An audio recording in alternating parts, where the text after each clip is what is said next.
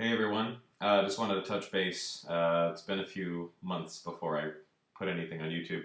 Um, the big topic of the day is the Occupy movement in the United States and the recent concoction that's moved its way into Canada.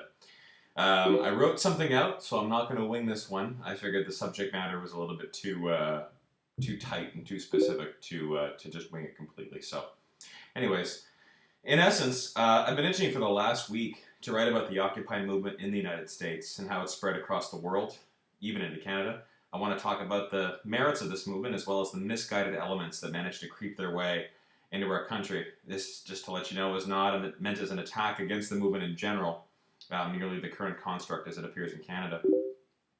The Occupy movement, as you know, started in New York City, the epicenter of the financial meltdown in 2008. Their insatiable greed and sole quest to produce record profits at the expense of the common good was unprecedented in recent human history.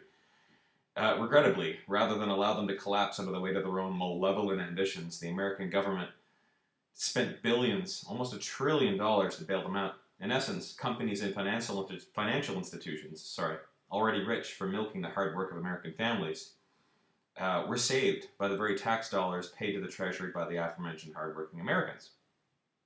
A double whammy, if you would say so. The American population was hurt badly, and they're still hurting. The same people who created the crisis continue to ride on high record profit, while the average family can barely meet ends. This is a real problem. Canada did things differently, though. Prime Minister Stephen Harper was initially opposed to any kind of stimulus funding. Our government never, ever bailed out financial institutions out with our hard-earned tax dollars or anything else. Plain and simple. The stimulus package was initiated only to compensate for events unfolding south of the border. It helped stave off any potential trouble that may trickle up north.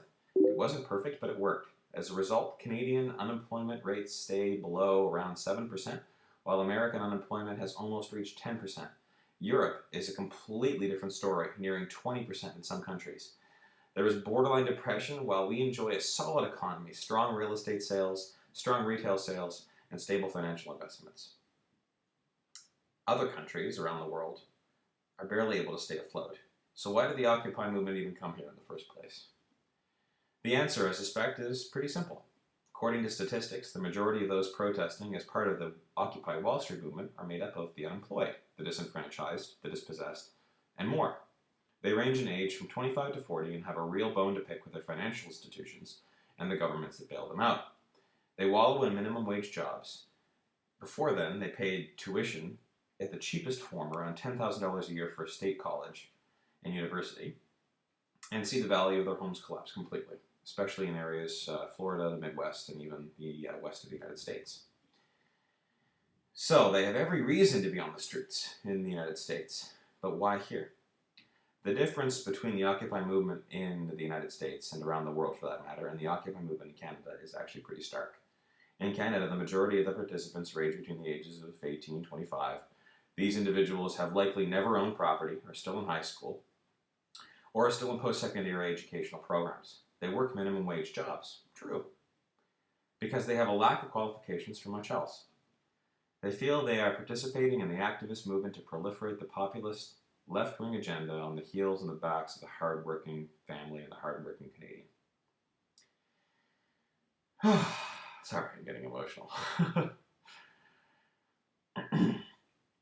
I believe that because they don't have any direction is because they don't have any real objectives or any real plans. The socialist wannabes have this sense of being ripped off by the events of the May 2nd federal election. That saw the Conservatives go from a minority to majority government.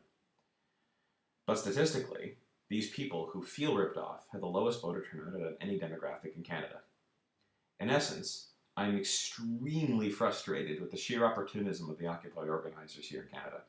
Our banks are strong, and we never bailed out by our governments. Our real estate market is tough and continues to grow, unlike that of our cousins south of the border. Our job growth is either growing slightly or plateauing, while our American cousins see theirs decreasing.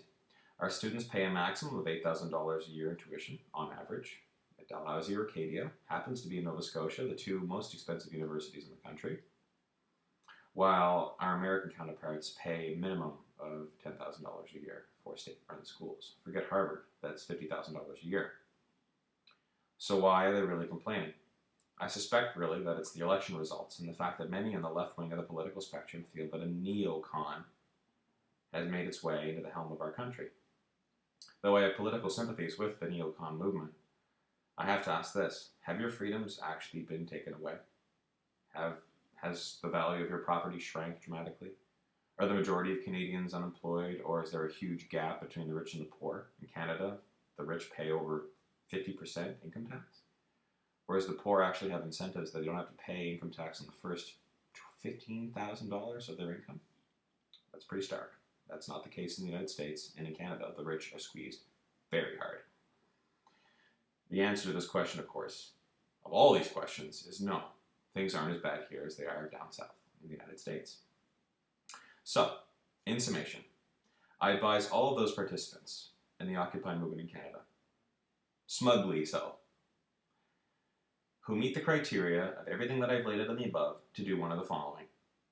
Either go back to school and get an applicable degree, or a degree that is valued in the workforce or in demand, or leave the country for a brighter future elsewhere. But the sad part is that of all the countries in the Western world, we've got it the best. So if you want to leave and you're really upset with the way things are going, you have nowhere else to go because we've got it the best. And if you really want to make a difference, stop protesting in the streets, get involved with the system, and if you really hate it that much, destroy it from within. Because the people who are in charge are equally passionate, and as equally passionate as you are about the status quo and their own revolutionary movement. So, if you want to make a difference, get involved in politics, because protesting on the streets makes you look like a really, really low-end member of society. And you will be ignored, completely ignored. Get involved in politics, make a difference, and if you really want to destroy the system, do it from the inside out. Otherwise, shut up and get back to work. Thanks.